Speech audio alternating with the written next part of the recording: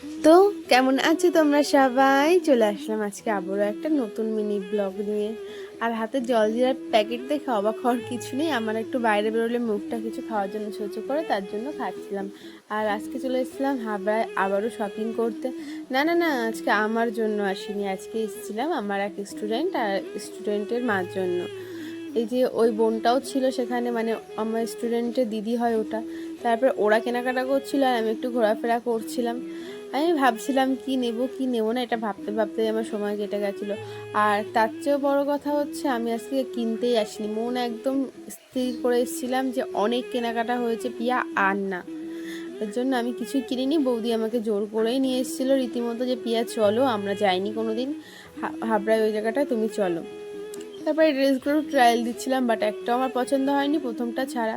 তারপর ওখান থেকে জিনিসপত্র কিনে তারপরে আমরা বিরিয়ানি খেয়ে বাড়ি চলে আসলাম। তো টাটা।